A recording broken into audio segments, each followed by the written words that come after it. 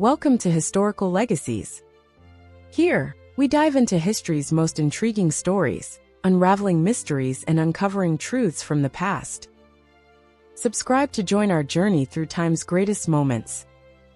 Leonidas the Fearless, Sparta's ultimate defender. Introduction.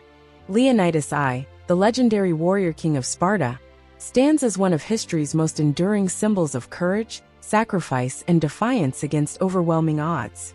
Born into a society that valued discipline, strength, and loyalty above all else, Leonidas was molded by the brutal training of the agoge, emerging as a true embodiment of Spartan ideals. But it was at the narrow pass of Thermopylae that his name was forever etched into history. Facing the massive Persian army of Xerxes I, Leonidas led a small but elite force of Greek warriors in a desperate stand, one that would inspire generations to come. His leadership, strategy, and unwavering resolve were not just acts of heroism, they were statements of defiance, proving that a single stand could alter the course of history. Yet, behind the legend was a man of duty, a king bound by the weight of responsibility, and a leader whose choices shaped not only the fate of Sparta, but the entire Greek world. This documentary unravels the extraordinary journey of Leonidas, from his early life to his final battle and beyond, exploring how one man's fearless stand became an immortal legacy. Part 1. Forged in Sparta. The making of a warrior king. Leonidas was not born a king, nor was he expected to wear the crown. Yet he would become one of the most revered figures in history. His journey began in the harsh and unforgiving land of Sparta, a city-state built on discipline, resilience, and absolute loyalty to its laws and traditions. From birth, every Spartan child was examined for strength and fitness, and those deemed weak were left to perish. It was a society that valued endurance over comfort, duty over personal desire, and sacrifice over self-interest. This was the world into which Leonidas was born, a world that shaped him into more than just a ruler.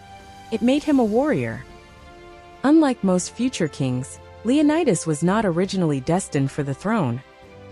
He was the younger son of King Xerxes II, which meant that unlike royal heirs who were often spared hardship, he was subjected to the same brutal upbringing as any other Spartan boy.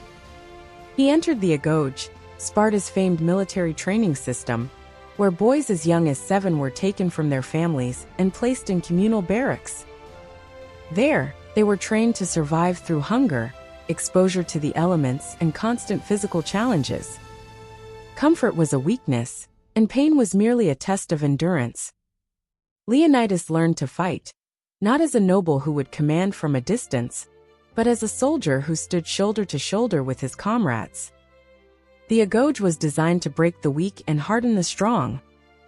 Boys were encouraged to steal food to survive, but if caught they were punished, not for stealing, but for failing to be cunning enough to avoid detection. It was a ruthless education in strategy, deception, and resilience. Strength alone was not enough. Intelligence and adaptability were equally important. The bonds formed in this crucible of hardship lasted a lifetime, for these boys would one day become the warriors who defended Sparta with their lives. Unlike privileged Spartan royalty, who were often removed from the realities of war, Leonidas knew firsthand what it meant to suffer alongside his fellow Spartans. He endured the grueling marches, the hunger, the bruises from combat drills, and the cold nights in barren barracks. The air smelled of sweat and dust. The training grounds echoed with the sounds of clashing wooden weapons and the sharp commands of Spartan instructors. Every moment was a test of willpower, meant to forge warriors who could endure anything. By the time Leonidas emerged from the agoge, he was more than just a soldier. He was a leader. His experience gave him a unique connection with his men. Unlike many kings who ruled from a position of privilege, he had proven himself not through inheritance, but through sheer strength and resilience. His ability to withstand hardship without complaint, his mastery of discipline, and his unwavering commitment to Spartan values made him stand out. This was no ordinary prince. This was a man forged by fire, prepared not just to rule, but to lead by example. The experiences of the agoge would stay with him for the rest of his life. He had learned to suppress fear, obey orders without hesitation, and see pain as a necessity rather than a burden. These early hardships would later define his leadership at Thermopylae, where he would embody the very ideals of Sparta: unyielding, fearless, and unbreakable. His journey from a mere warrior to one of history's greatest leaders had begun, and though he did not yet know it, destiny was already shaping the path ahead. Part 2: A Throne of Duty. Leonidas becomes king. Leonidas was never meant to wear the crown. He was a warrior, a disciplined son of Sparta, but not the first in line for kingship. His older half-brother Leonidas I had ruled before him, an unpredictable and aggressive leader whose actions had sent ripples of controversy across Sparta and beyond. Yet fate had other plans. Leonidas' reign was marked by bold military campaigns and erratic behavior. His methods, though sometimes effective, alienated both allies and rivals. His death, shrouded in mystery, left a power vacuum. Some accounts claim he was driven mad and took his own life in captivity, while others whisper of political intrigue, suggesting that powerful Spartan factions may have played a role in his downfall.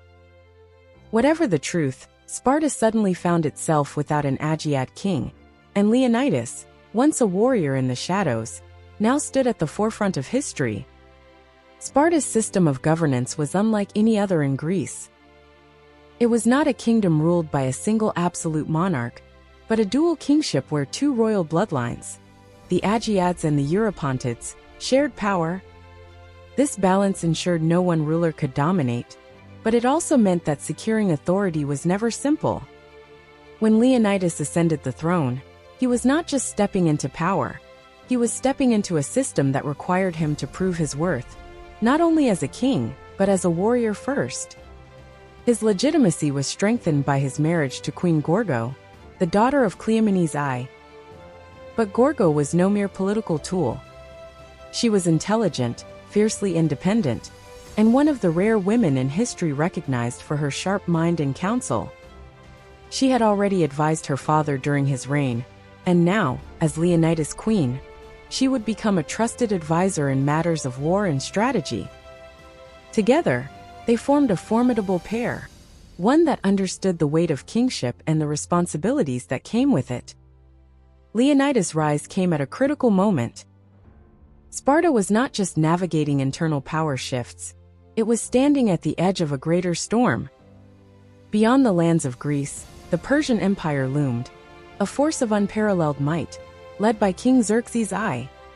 The echoes of past Persian conflicts still lingered, and now, the empire's gaze was once again set upon Greece.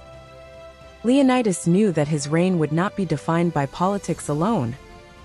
His true test would come not in council chambers, but on the battlefield.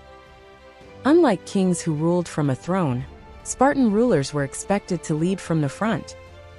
To be a king in Sparta was to embody the warrior spirit, to bleed alongside one's men, to carry the same shield and spear. This was not a position granted for privilege, but for responsibility. Leonidas had not sought power, but once it was placed in his hands, he accepted it with the full weight of Spartan duty. He was no tyrant, no scheming politician. He was a man shaped by the iron discipline of the agoge, a warrior who understood that his destiny would not be written in words, but in action. And action was coming. The Persian threat was no longer a distant concern, it was approaching. Greece stood at a crossroads, and so did Leonidas. The choices he would make in the coming years would determine not just the fate of Sparta, but the fate of an entire civilization. Part 3: Storm on the Horizon. Persia's shadow over Greece. The storm was gathering. Far beyond Sparta's lands, a force unlike any Greece had ever seen was rising. The Persian Empire, vast and relentless, stretched from the heart of Asia to the edges of the known world, its power unquestioned, its ambitions limitless. At its helm stood Xerxes I, a ruler determined to finish what his father, Darius the Great, had begun, bringing Greece to its knees. The scars of the past were still fresh. Years earlier, the Persian invasion led by Darius had shaken Greece to its core. The Athenians had defied him at the Battle of Marathon, striking a stunning blow against an empire that was thought to be invincible. But this was no final victory. It was merely a pause before the storm returned. Darius had vowed revenge, yet his death left the task unfinished. Now his son Xerxes had inherited that mission, and he would not fail. Xerxes was not just any ruler. He commanded the largest army the world had ever seen, a force drawn from every corner of his empire, from the rugged horsemen of the steppes to the elite warriors of Persia's heartland. He built a fleet to dominate the seas and constructed a massive bridge across the Hellespont, allowing his army to march into Greece on a scale never before imagined. This was not an expedition, it was a campaign of conquest. Greece, divided and fractured, stood on the brink. The city-states were fierce in spirit but weak in unity. Athens, ever defiant, knew it was a target, but its strength lay in its navy, not in open land battles. Thebes and Argos wavered, unsure of whether to resist or bow before the inevitable. And then there was Sparta, a land of warriors, a society built on the foundation of strength and discipline, yet even Sparta could not face the Persian threat alone. The choice was clear: Greece had to stand together, or it would fall apart. But unity was never easy. The Greek city-states were notorious for their rivalries, their constant disputes over power and influence. Some, like Athens and Sparta, had clashed before and would clash again. Yet now, with the might of Persia looming over them, they faced a simple truth: divided, they would perish. A council was called. Leaders from across Greece gathered to decide their fate. Arguments erupted. Should they surrender, negotiate, or fight? Some feared the sheer size of the Persian army, convinced that resistance was futile. Others, particularly the Athenians, urged defiance, warning that submission to Persia meant losing everything that made them free. Leonidas listened. He was not a man of empty words or reckless decisions. He understood war better than most, and he knew what was coming. Xerxes did not march for diplomacy, he marched for domination. There would be no compromise, no peace under Persian rule. There was only one path forward: resistance. The storm was no longer a distant threat. It was at their doorstep. Soon, the world would witness a clash between the greatest empire of its time and a handful of defiant city-states unwilling to bow. Leonidas knew that when the time came, it would not be Athens or Thebes or any other state that would make the first stand. It would be Sparta. And he was ready. Part 4. A Kingdom at the Crossroads, Sparta's Dilemma. Sparta stood at a crossroads. The Persian tide was rising, and soon, it would crash against Greece with unrelenting force. But while other cities debated surrender or defiance, Sparta faced a different kind of decision, one that cut to the very core of its existence. Would it fight to defend all of Greece, or would it stay behind its own walls, protecting only itself? The Spartan way was clear. War was not feared, it was embraced. From birth, every Spartan boy was trained for battle, molded into a warrior with an unshakable will. But this war was unlike any Sparta had faced before. The enemy was not another Greek city-state, but an empire so vast it seemed endless. How could Sparta, with its small yet formidable army, stand against the full might of Persia? The Spartan Gerousia, the Council of Elders, gathered to discuss the looming threat. The debate was fierce. Some argued that Sparta's duty was to its own people, that they should defend their homeland rather than risk everything for other Greek cities. Others, including Leonidas, saw the greater danger. If Greece fell, Sparta would not stand alone for long. The Persians would come, and they would show no mercy. The choice was not whether to fight, but when and where.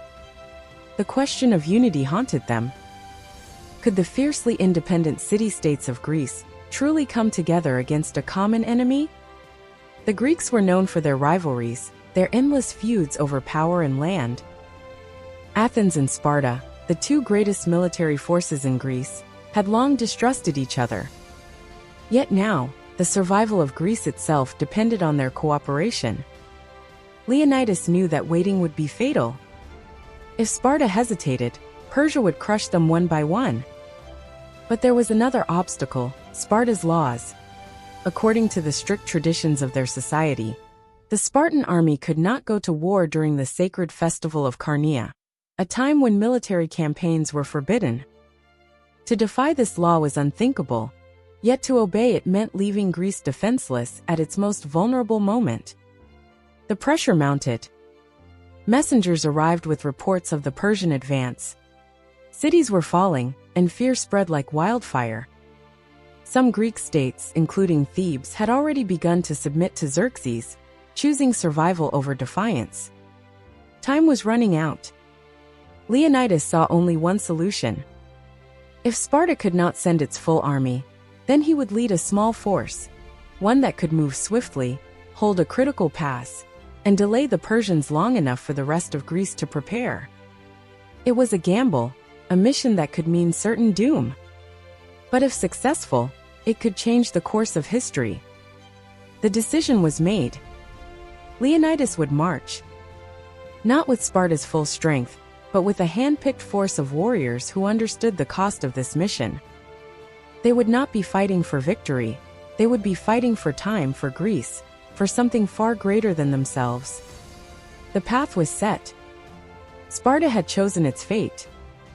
And at its head was a king who knew that sometimes, the only way to save a nation was to sacrifice everything. Part 5. The Call to Defend Greece. Leonidas takes command. The fate of Greece now hung by a thread.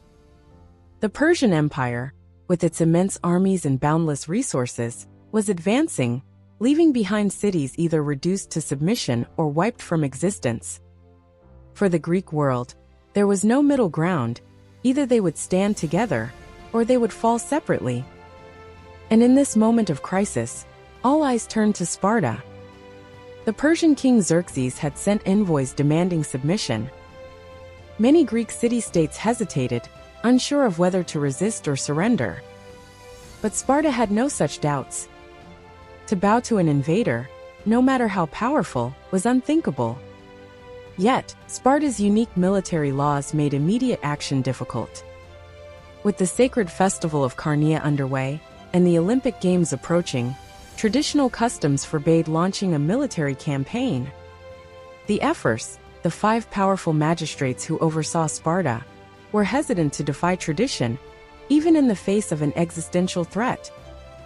Leonidas, however, saw the danger with perfect clarity. Waiting meant disaster. If Sparta delayed, the Persians would crush any resistance before the Greek armies could unite.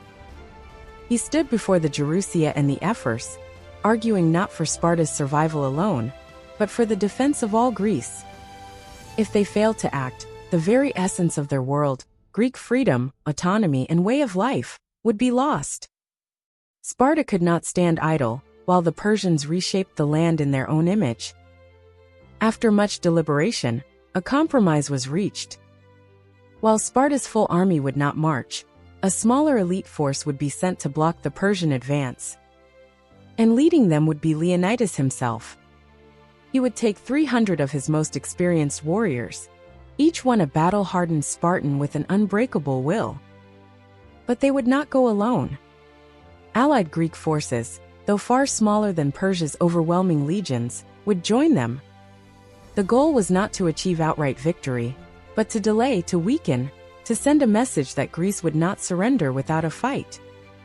As the chosen warriors prepared for departure, they knew what this mission meant. They understood that they were not merely marching to battle, they were walking into legend. Each Spartan selected for the expedition had a son to carry on his name, for this was likely a one-way journey. Yet none hesitated. They were raised to embrace sacrifice, to see duty as the highest honor. They sharpened their weapons, donned their crimson cloaks, and prepared for the road ahead. Before leaving, Leonidas was approached by Persian envoys one final time. They offered wealth, power, and dominion over all Greece if he would submit. They promised that resistance was futile, that Persia's might was inevitable. But Leonidas' response was unwavering. He dismissed their threats.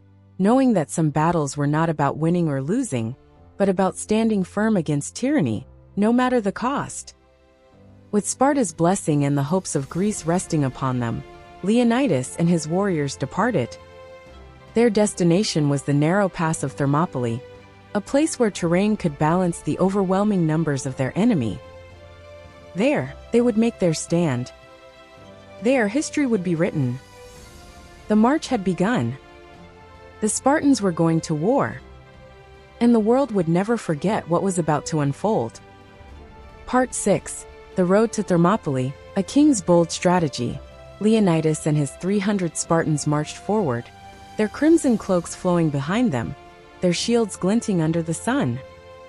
This was no ordinary march, it was a path into history. They were not just moving toward battle, they were walking toward destiny. The journey to Thermopylae was not taken alone. Leonidas had sent word across Greece, calling for warriors willing to stand against Persia. Responses were mixed. Some city-states hesitated, fearing Xerxes' wrath. Others, inspired by Sparta's defiance, pledged their own forces to the cause. By the time Leonidas reached the pass, his force had grown to around 7,000 men, still a fraction of the Persian numbers, but enough to form a defense. Among them were Thespians, Thebans, and other Greek allies who understood that Thermopylae was more than a battlefield. It was the last line between freedom and conquest. Leonidas had chosen Thermopylae with purpose. The narrow mountain pass was the perfect equalizer. No matter how vast the Persian army was, their numbers would mean nothing if they could not maneuver. Here, the Greek phalanx, Sparta's impenetrable wall of shields and spears, would be at its strongest. The plan was simple: hold the pass for as long as possible, inflict maximum damage on the Persian forces, and buy Greece the time it needed to unite. But strategy alone would not be enough. As they moved toward their position, the Spartans encountered locals who warned them of the sheer scale of Xerxes' army. Stories spread of the endless Persian ranks, of war elephants, of archers who could darken the sky with their arrows. Some Greek allies wavered, questioning whether resistance was even possible. But Leonidas remained resolute. He reminded them why they were here, not to seek survival, but to uphold honor and freedom. To fight was their duty, regardless of the outcome.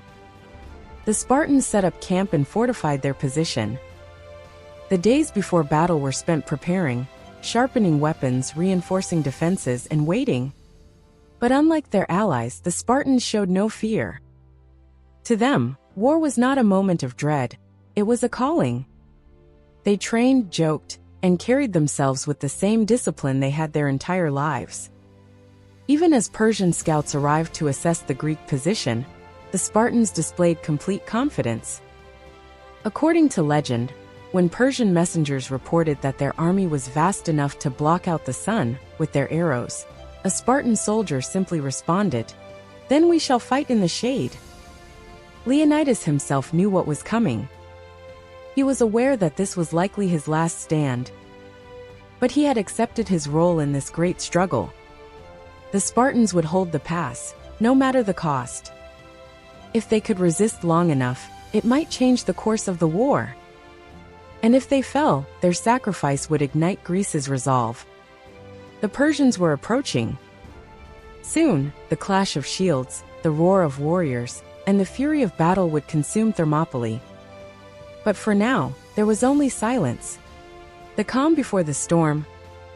Leonidas stood at the edge of history, knowing that the fight of a lifetime was about to begin. Part 7. The battle begins. Holding the line against Persia. The sun rose over Thermopylae, casting golden hues across the rugged cliffs and the narrow mountain pass. The air was thick with the tension of an impending clash, a confrontation that would pit the disciplined Greek warriors against the vast legions of the Persian Empire. Standing at the front of the Spartan ranks, Leonidas surveyed the battlefield with a steady gaze, knowing that every decision he made in the coming hours would determine the fate of Greece.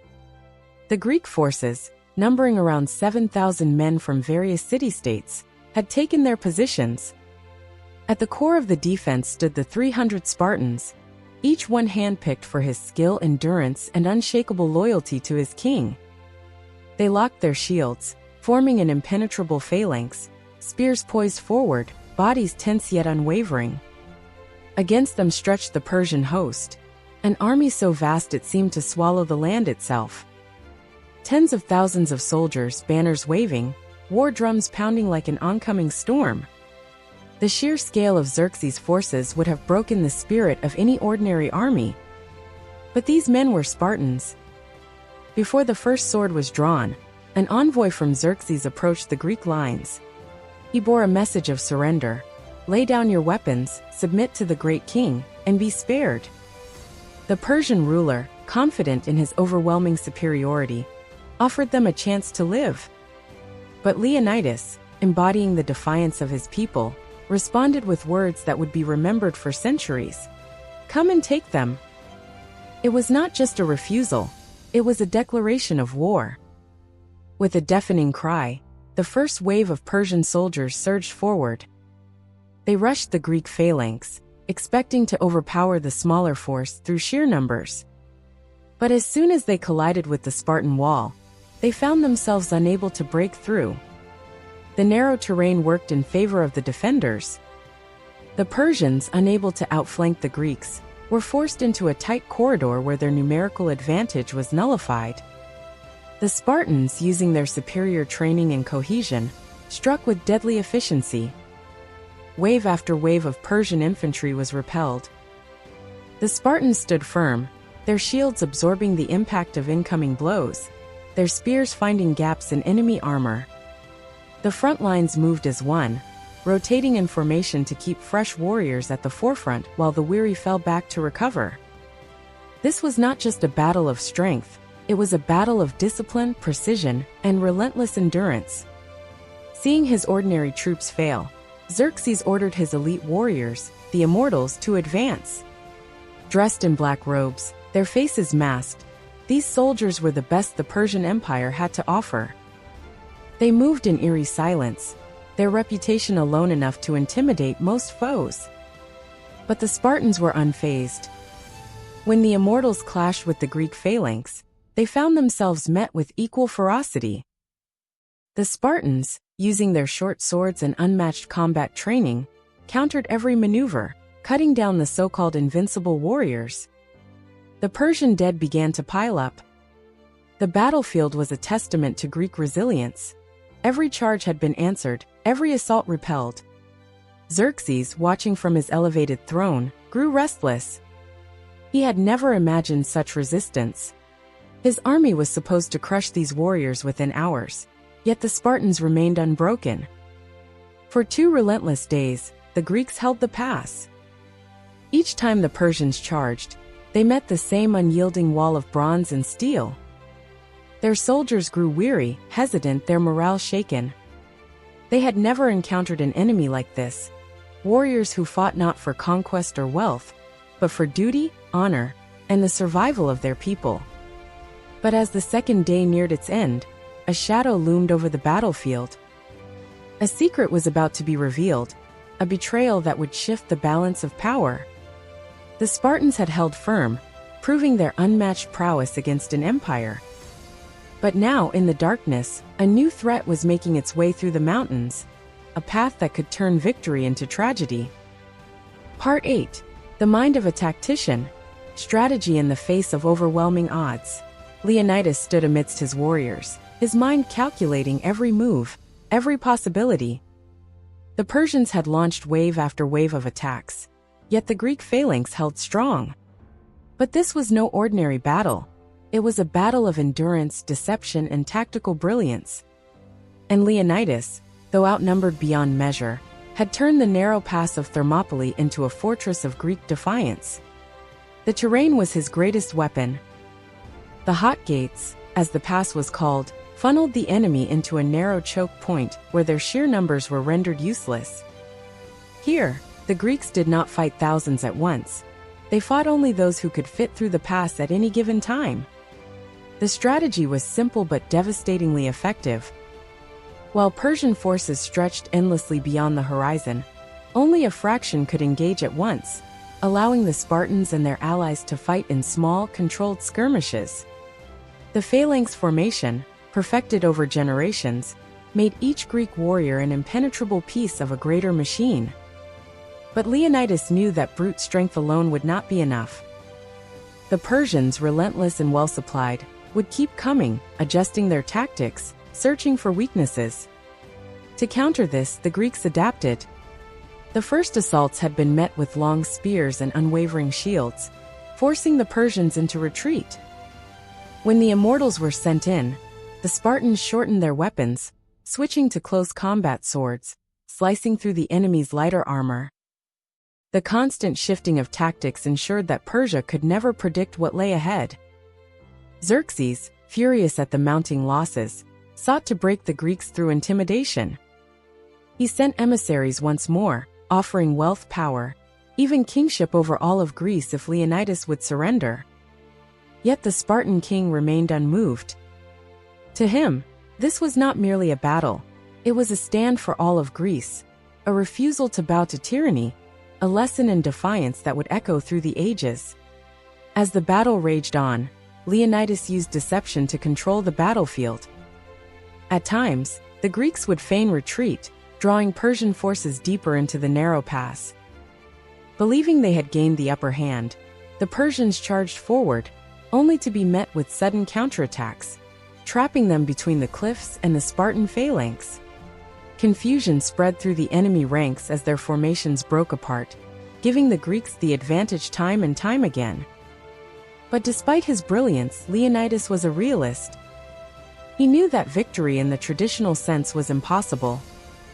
The Persians would continue to send more troops, pressuring the defenders until exhaustion or sheer numbers overwhelmed them.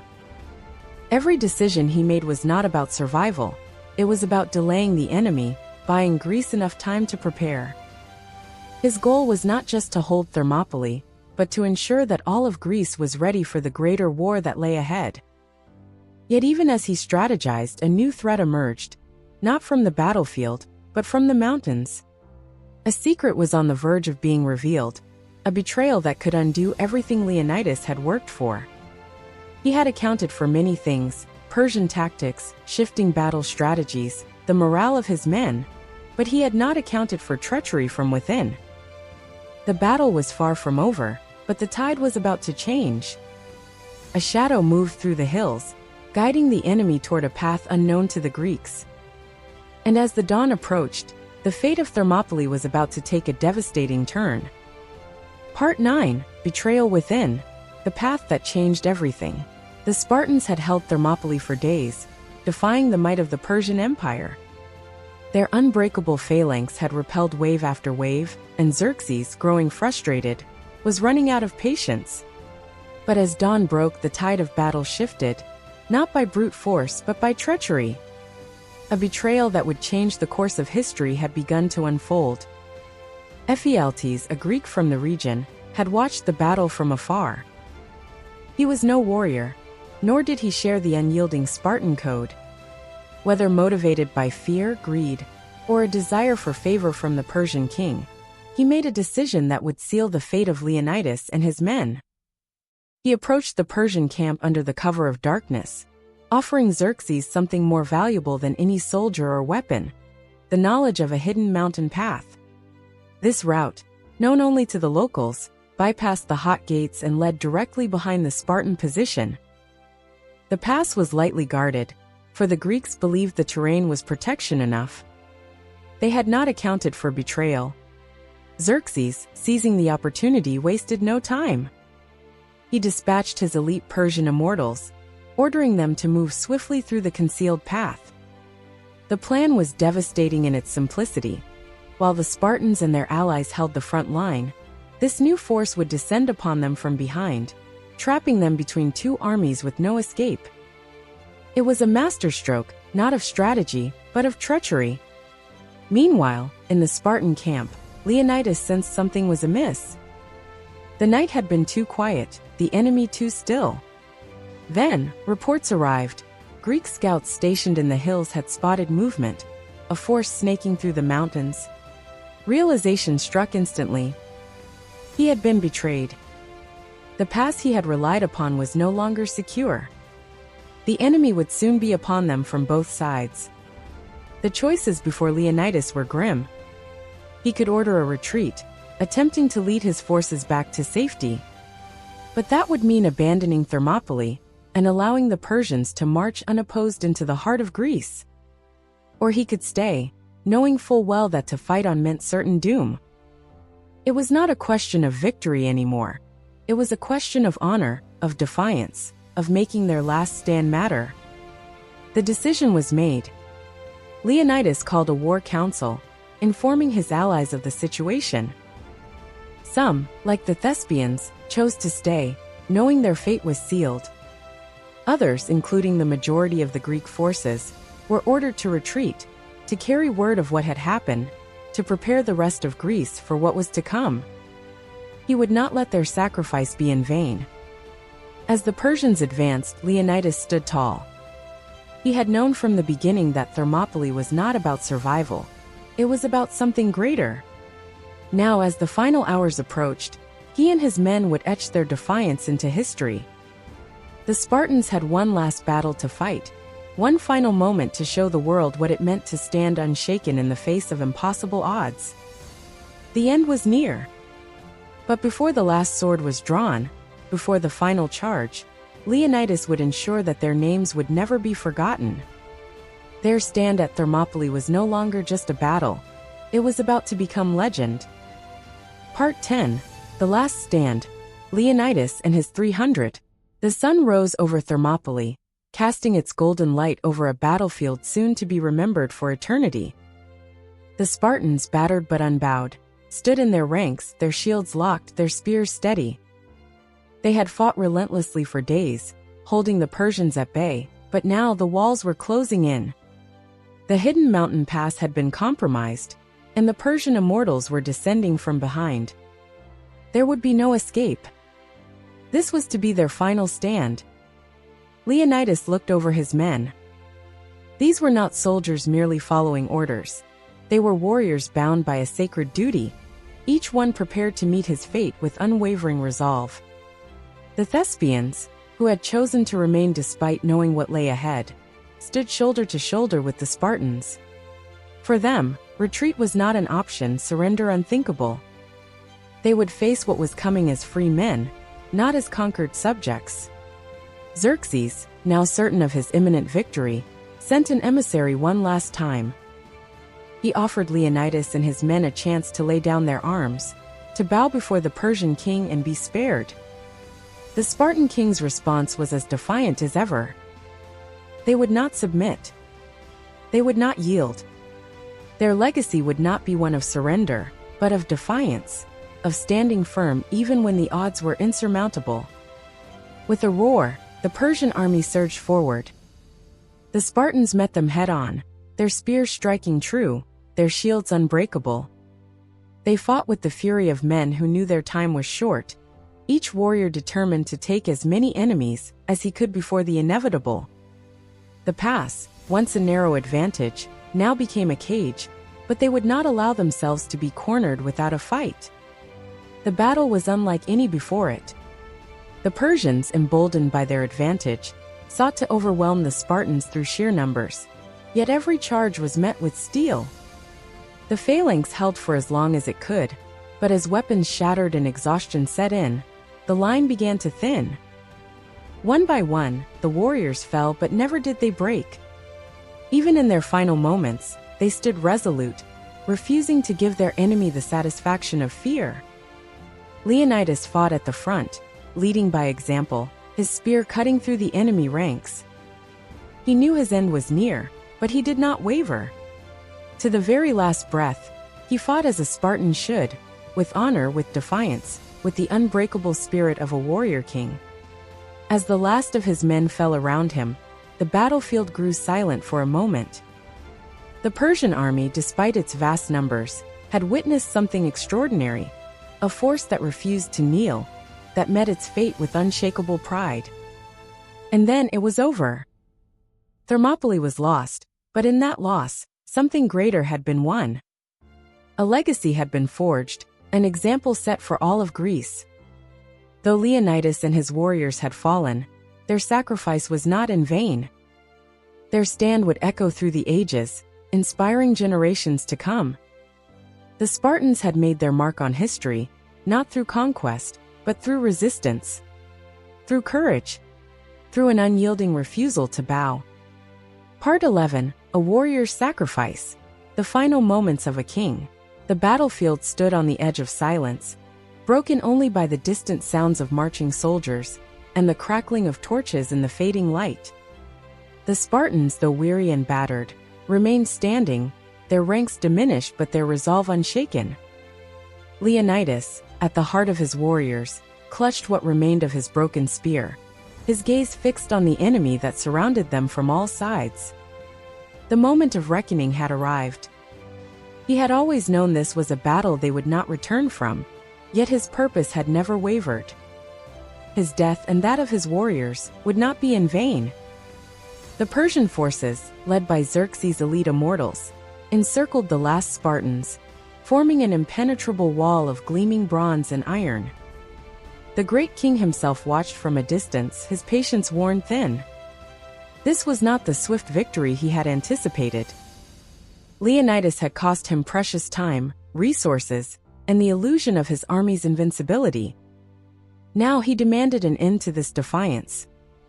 His commanders readied their troops for the final assault, determined to erase the Spartan resistance once and for all. Leonidas turned to his remaining warriors. There were no words left to be spoken, only a final exchange of glances, a nod of understanding between men who had fought side by side until the bitter end. Their legacy was already forged in the fire of battle. What came next was inevitable. And yet, they would not stand idly by. If this was their last moment, they would meet it as Spartans. Then, with the last reserves of their strength, they charged. It was not a retreat, nor an act of desperation. It was a final act of defiance. Their broken weapons still struck true. Their shields still met the force of their enemies with unyielding resistance. Spears snapped against Persian armor, swords clashed with unrelenting fury, and for a fleeting moment, the Spartans once again cut a path through the enemy ranks. They fought not for survival, but to make the enemy remember their defiance.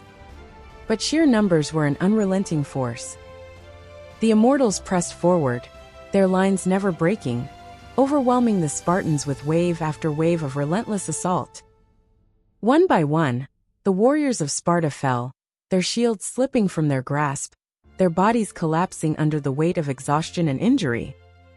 Yet even as they fell, they did not surrender. Their last breaths were spent in battle, their last moments filled with the cries of defiance echoing through the pass. Leonidas fought until the very end. His armor was shattered, his body bruised and torn, yet he stood unbowed.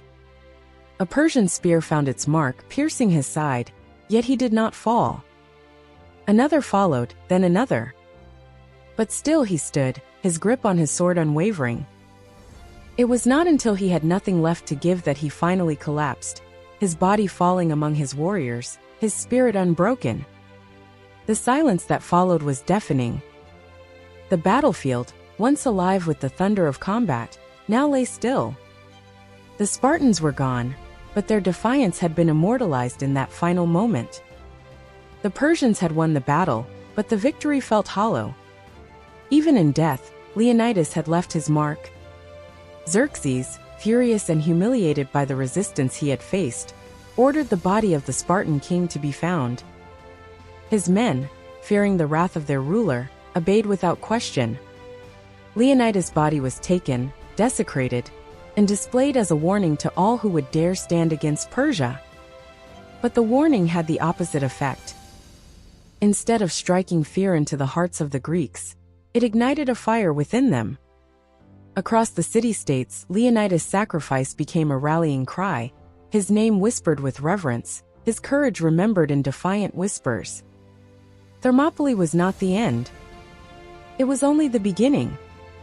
The world would not forget what had happened in that narrow pass.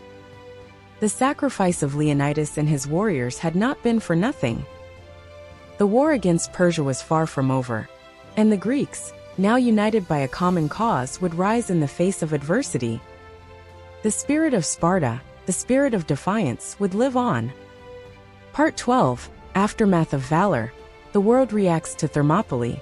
The battlefield of Thermopylae lay quiet, a stark contrast to the chaos that had raged just days before. The Persian army, now in full control of the pass, moved forward, but the cost of their victory was undeniable. The bodies of Leonidas and his warriors, once standing as an unbreakable shield against tyranny, now lay scattered, a grim testament to their final stand. But though they had fallen, their sacrifice had already begun to ripple across Greece and beyond. For the Persians, the victory was bittersweet. Xerxes had expected a swift conquest, yet the Spartans had resisted beyond reason, beyond fear, beyond mortality itself. The delay caused by their defiance had cost him precious time, allowing the Greek forces to regroup and strategize. His soldiers, though triumphant, whispered among themselves about the sheer resilience of the Spartans, their discipline, and the fearlessness with which they had met their fate. Even the mighty Persian immortals had struggled to bring them down. What should have been a display of Persia's overwhelming might had instead become a story of Spartan courage that would not be easily erased. Back in Greece, the reaction was immediate. News of Leonidas' last stand spread like wildfire, reaching the ears of every city-state. The Greeks, once fractured by internal rivalries, now had a reason to unite. Thermopylae had not been a meaningless sacrifice, it had been a call to arms. Athens, Thebes, Corinth, and countless other city-states saw in the Spartans' defiance a cause worth fighting for. For the first time, Greece stood as one against a common enemy, determined to prevent Persian domination. In Sparta, grief was tempered by pride. The loss of their king and his warriors was profound, but the Spartans did not mourn as others would. To die in battle, to fall with one's shield rather than flee, was the highest honor. The women of Sparta, trained to be as strong in will as their men were in battle, did not weep. They spoke of Leonidas and his warriors as heroes, their names immortalized in the annals of Spartan history. The city did not despair, it prepared. Their warriors, their sons, their future leaders, each one now had a fire in their heart, ready to take up arms in the war to come. Elsewhere in Greece, the impact of Thermopylae took an even deeper hold.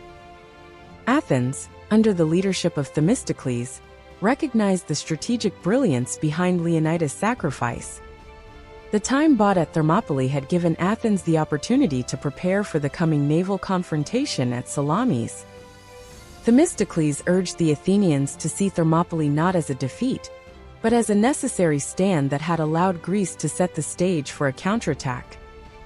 He called for the people to take to the seas, to fight not just for Athens, but for all of Greece. The city, facing its own destruction at the hands of Xerxes, prepared for the next great clash. Even among Persia's allies, Thermopylae had left an impression. Some Greek city-states that had initially sided with Xerxes now began to question their allegiance. If a mere 300 Spartans and their allies could hold off the might of Persia for days, what could an entire united Greece accomplish? Doubt crept into the minds of those who had once feared Persian domination, and whispers of rebellion began to stir. But the most significant impact of Thermopylae was not in the politics of war, nor in the strategies that followed. It was in the legend that had begun to take shape. Even before the war was over, stories of Leonidas and his warriors spread beyond Greece, reaching the ears of distant lands. They were spoken of not as mere soldiers, but as symbols of resistance, of unyielding will, of courage that defied reason. They had not simply fought, they had become immortal. Xerxes, though victorious, sensed that something deeper had occurred at Thermopylae. He had broken through the pass, but he had not broken the spirit of Greece. Leonidas' death had not ended the war, it had only fueled it. Thermopylae was not just a battle. It was the spark that would ignite the fire of Greek unity, a fire that even the might of Persia would struggle to extinguish. The war was far from over, and in the days to come, the world would see just how much one stand, one sacrifice, could change the course of history. Part 13. The war rages on. Greece unites against Persia. Thermopylae had fallen, but its impact had not faded. It had only begun to shape the destiny of Greece. Across the city-states, what had once been a fractured land of rivalries and power struggles was now turning into a united front. The sacrifice of Leonidas and his warriors had proven one undeniable truth: the Persians were not invincible.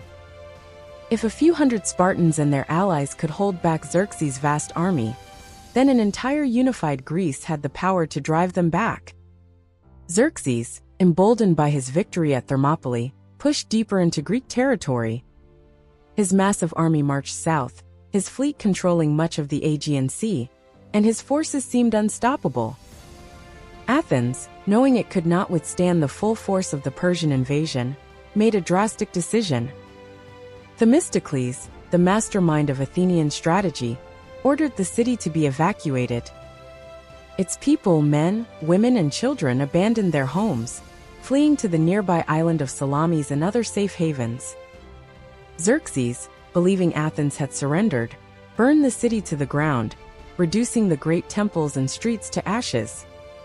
But it was a deception. Athens had not fallen. It had only set the stage for the battle that would define the war. As the Persian forces celebrated their apparent victory, the Greek fleet, now assembled under Themistocles' command, prepared for battle. Unlike the land battle at Thermopylae, this would be a war fought on the sea. Themistocles knew that the Persians had numbers on their side, but the Greeks had strategy. He lured the Persian fleet into the narrow straits of Salamis, where their vast numbers became a disadvantage rather than a strength. The Greek triremes, smaller and more maneuverable, struck with precision, ramming into Persian ships and sending them into chaos. What Xerxes had hoped would be a final blow to Greek resistance turned into a disaster for Persia. The Persian navy, unable to fight effectively in the cramped waters, suffered a crushing defeat. Themistocles had outwitted the great king, and suddenly, the tides of war had shifted. While the Athenian fleet secured victory at sea, Sparta and its allies prepared for the next great clash on land. With Xerxes retreating back to Persia and leaving his general Mardonius in charge, the Greeks saw an opportunity. The Spartans, alongside their allies from Athens, Corinth, and other city-states, assembled one of the largest hoplite armies Greece had ever seen. The time had come to reclaim their homeland. In 479 BCE, on the plains of Plataea, the final land battle between Greece and Persia unfolded. Led by the Spartan general Pausanias, the Greek forces faced off against Mardonius and the remnants of the Persian army. The Spartans, fueled by the memory of Leonidas and their fallen warriors, fought with unmatched discipline and strength. This time, they were not a small force holding a narrow pass. They were an army of thousands, unified in their purpose. The Persian forces, despite their numbers, could not withstand the sheer force of the Greek phalanx. One by one their lines broke, and Mardonius himself fell in the battle. What had begun with the stand of the 300 now ended with a complete Greek victory. As news of Plataea spread, the remaining Persian forces scattered, retreating back to Asia Minor. The invasion that had once seemed unstoppable was over. Greece had not only survived, it had won.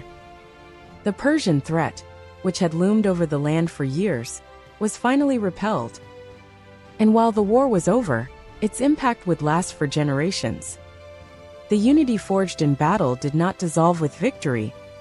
The city-states, once bitter rivals, had fought together and bled together.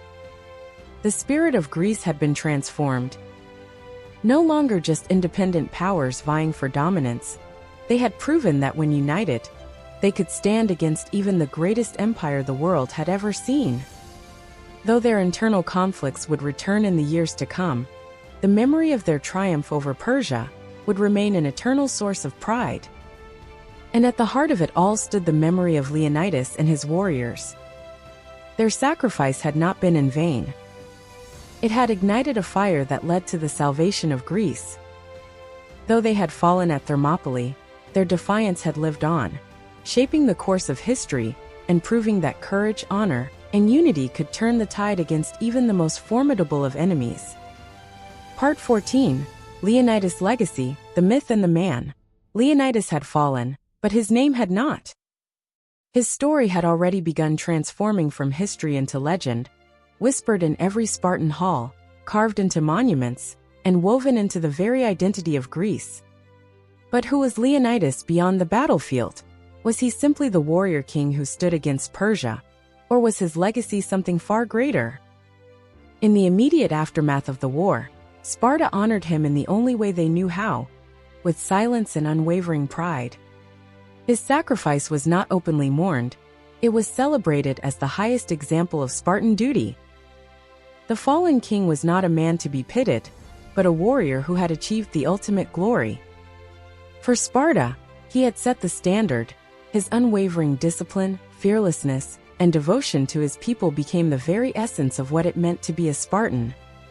His actions did not end with his death. They became a living doctrine, shaping the next generations of warriors who trained in the agoge, recited his deeds, and sought to embody his strength. But Leonidas' influence did not remain confined to Sparta.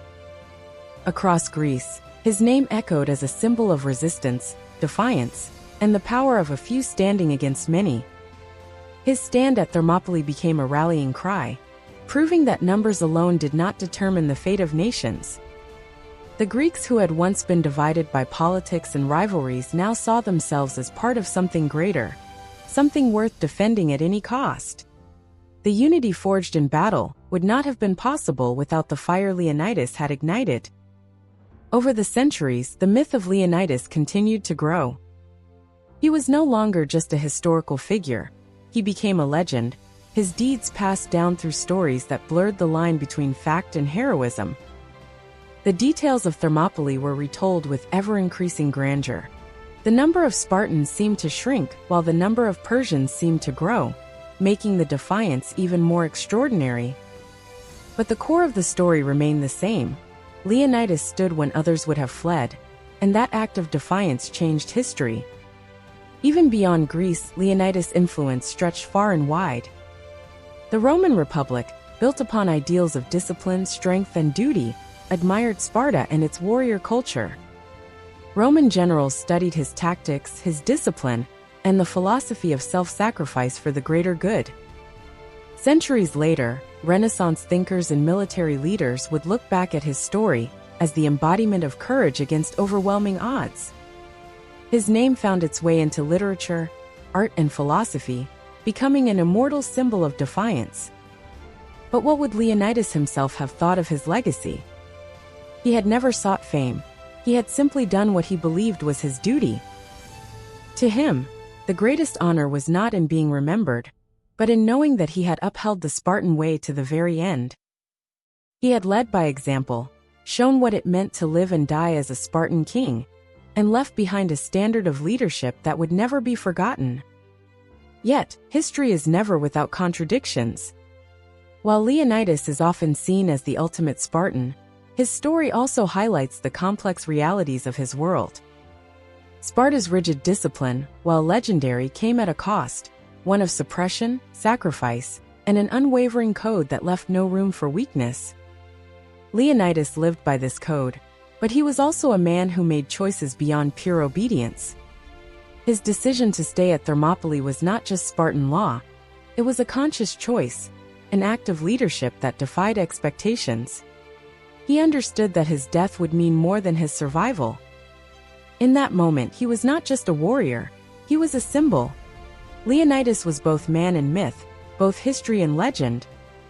His body had perished at Thermopylae, but his presence had only grown stronger with time. His sacrifice had not been in vain. It had shaped the course of Greece, altered the balance of power, and inspired countless generations to come. He was no longer just a Spartan king. He had become something far greater, an eternal flame that would never be extinguished. Part 15. The Eternal Flame. How Leonidas still inspires the world. Centuries have passed since Leonidas made his final stand at Thermopylae, yet his name remains undimmed, his legend unforgotten. His defiance against overwhelming odds has transcended history, inspiring warriors, leaders, and thinkers alike. But why does his story still resonate so powerfully? What is it about this Spartan king that continues to capture the imagination of the world? Leonidas' legacy is not merely one of war, it is one of unwavering principles. He embodied the ideals of courage, sacrifice, and leadership, showing that true strength is not just measured by weapons but by conviction. His stand at Thermopylae was not a mere battle. It was a statement, one that declared that tyranny could be resisted, that honor was worth any cost, and that even in the face of inevitable loss, one could stand with dignity. These are values that have carried forward, shaping military doctrines, political ideologies, and cultural narratives across civilizations.